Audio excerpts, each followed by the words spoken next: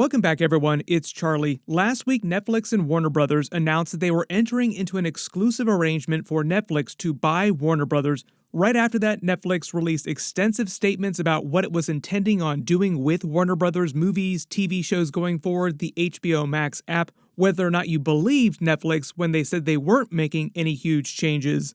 Naturally, everybody expecting them to raise prices a ton, and James Gunn himself also chimed in on the matter too, talking about the future of DC just in general from his side of things inside the belly of the beast. Then, just a few days after that announcement, Paramount Skydance and the Ellisons, David Ellison, who leads that company, he's the son of Larry Ellison of Oracle, who's in the middle of buying TikTok right now.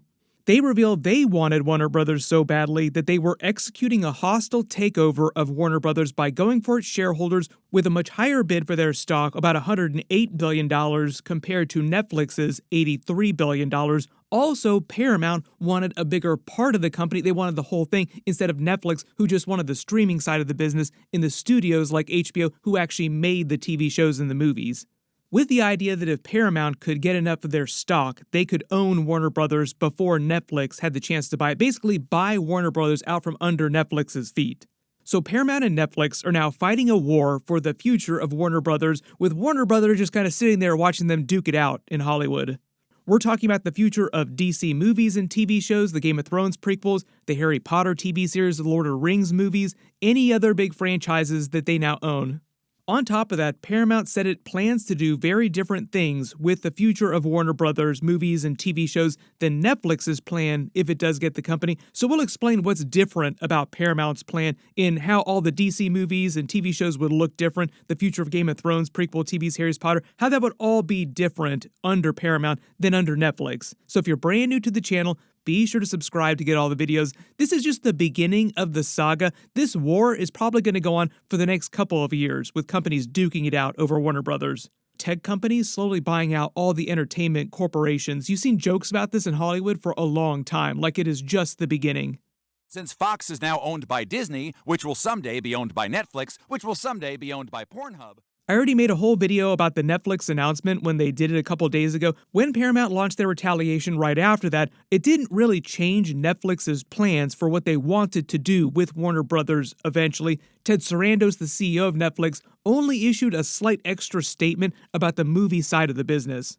All of Hollywood and a large chunk of the world have clocked Netflix's ongoing mission to kill movie theaters is a bad sign long-term for Warner Brothers movies. So we're talking about DC movies like the Supergirl movie is releasing next year. We just got the trailer for that. There's a Clayface movie right after that. The Superman 2, Man of Tomorrow movie. The Matt Reeves Batman 2 movie. And then Batman Brave and the Bold. All the other upcoming big DC movies. Other Warner Brothers movies that are not DC related. When Netflix puts its movies in theaters, like Knives Out, Wake Up Dead Man, or the Frankenstein movie recently, it's only for a very brief period and only in a couple theaters. Stranger Things Season 5 finale is going to be in theaters for only two showings on a single night, and that's it. So most people viewed this Netflix deal as the eventual end of movie theaters, like the final nail in the coffin for movie theaters. Netflix claimed that they would honor all of Warner Brothers' contracts for theatrical releases with regular windows, like 45 days is usual window, until those contracts ended around 2029. Then they would shorten the windows, and that's when you'd really start to see them going after killing movie theaters. Like you go see a new Batman movie in theaters for a couple weeks, then boom, it's on Netflix almost instantly.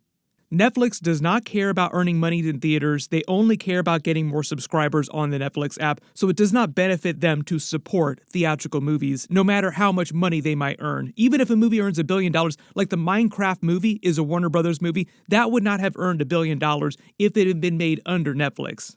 So generally, everyone is right to be worried about the future of theatrical movies under Netflix, no matter what.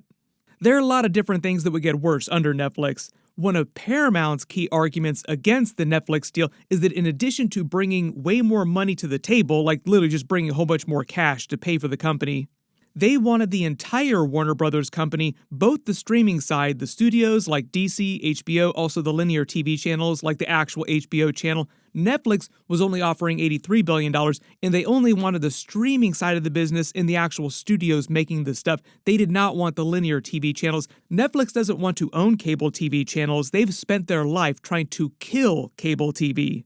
They are purely a streaming business. Warner Brothers is in the middle of spinning off their linear TV channels from the streaming side of the business, which will be complete by the end of next year. They were already planning on doing that even before the buyout talks with other companies, because the streaming side of the business in the studios making all the movies, the TV shows that you watch are the only part of the company that's actually making money right now. The linear TV channels are losing money and will continue to lose even more money as time goes on, as cable TV basically dies being eaten by streaming. So the idea is that Paramount wants all the linear TV stuff too, and they're not going to change that other than to consolidate it even more. David Ellison, who I included in that clip earlier in this video, owns most of Paramount Skydance. He's the son of Larry Ellison, has all these billions of dollars. That's why they're so rich and they have money to actually pay for all these other companies. He was trying to argue how Paramount's deal was better for consumers, people like you and me, and better for the long-term health of the movie and TV business, and for the future of Warner Brothers just in general as a brand, like the future of DC, Game of Thrones, Harry Potter, Lord of the Rings, you get the idea. He's also a big nerd in real life, but when you look at the fine print and what's really going on behind these companies trying to buy Warner Brothers, it's a bit more complicated. We have faster regulatory certainty to close, and our deal is pro-consumer, it's pro-creative talent. For instance, the reason why Paramount was able to immediately counter Netflix's announcement that they'd already won was because they came back to the table with a ton of Saudi money. And most people believe that the Saudis would have a majority control over a final version of a combined company should they win Warner Brothers. And the Saudis have very different ideas about what kind of DC movies, TV shows, Game of Thrones, and so on they want being made than Netflix does.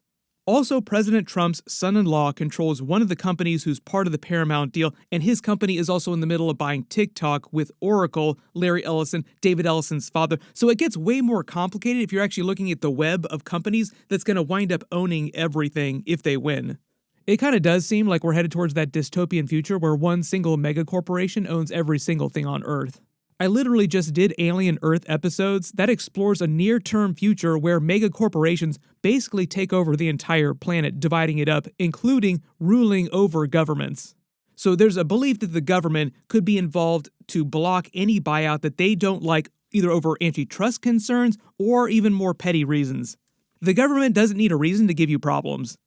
Either way, a blocked merger is a blocked merger no matter how they arrive at that, meaning nobody could wind up buying Warner Brothers, which I think a lot of people would also prefer because the Warner Brothers company this past year was more profitable than ever, so a lot of people were confused about why they would suddenly want to cannibalize themselves and sell off to the highest bidder if they didn't need to.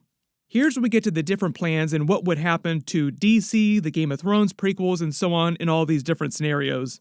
Netflix claimed that they weren't going to change any of the leadership at Warner Brothers. James Gunn, Peter Safran would say they literally just renewed their contracts through 2027, so whoever winds up buying the company will still have to honor their contracts through 2027. They would get to continue their existing plan for the DCU movies and TV shows, so no changes long-term to DC. Same thing with the Game of Thrones prequels, HBO, all their other franchises. HBO is also making the Harry Potter TV series too. It's not till around 2030, that's when the theatrical windows would start changing. They start getting shorter and shorter, and also Netflix would roll up the HBO Max app into the Netflix app. Paramount's different plan then was to say that they would never change movie theatrical windows at any point, even in like 10 years.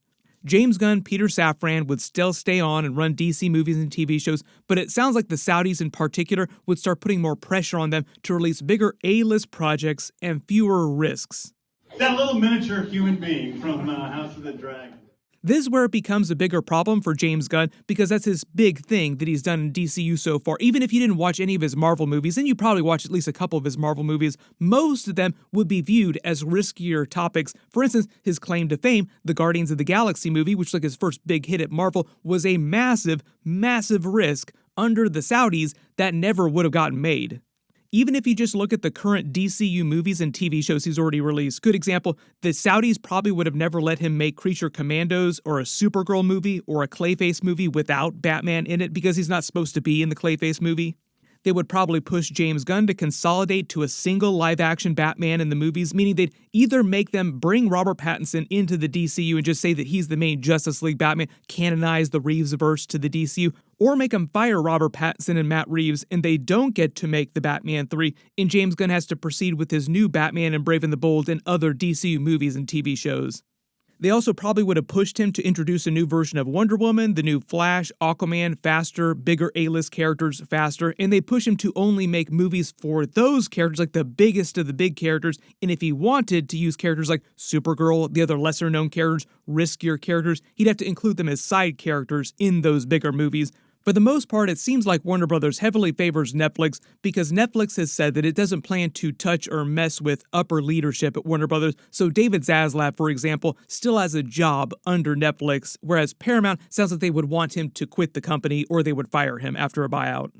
So what's going to happen now is this battle in Hollywood over the company is going to continue. People will get involved. There'll be more legal fights. The government will eventually get involved, and it will ultimately delay any buyout even longer, meaning that it'll probably be 2031, 2032 before you actually see any real functional differences in Warner Brothers related movies or TV shows like DCU movies, TV shows, Game of Thrones prequels, all that stuff, meaning that for like the next 5 to 7 years, you will still find all of your HBO TV shows on the HBO Max app, like all the Game of Thrones prequel TV series that I'm doing videos for, all the DCU TV shows, all the movies will still go to theaters the same way that they planned on before. We will still go see the Supergirl movie in theaters next summer. Clayface releases after that. The Batman 2 movie, the Superman 2 Man of Tomorrow movie, all gonna release in theaters the way they originally planned, no changes. What you'll probably see between now and the end of the year, the early part of next year, is just a lot of bluster at the highest levels between the companies having their big bro-off moment, trying to say that they're going to be the ones to win Warner Brothers, and then them actually entering final buyout talks, and then that will take a couple years to complete. Everybody post all your reactions in the comments below. I'll do more videos for this as we get more news, but like I said, it's still pretty early days, so we'll just continue hearing crazy stuff like this every couple of weeks through the first part of next year at least. Whatever craziness winds up happening, it's not going to change any of this stuff that I do videos for, the movies or the TV shows, so do not worry about that. For instance, next big TV show we have coming up on HBO Max is going to be Night of the Seven Kingdoms, the next Game of Thrones prequel. Those episodes start in January. We'll get more trailers for that really soon too. And later this week, we will get a brand new Supergirl trailer. Of course, I'll do all the videos for that. So be sure to enable alerts for my channel so you don't miss anything. Everybody click here for my Supergirl teaser trailer video, and click here to learn more about the Netflix side of the deal. Thank you so much for watching, and I'll see you guys in the next one.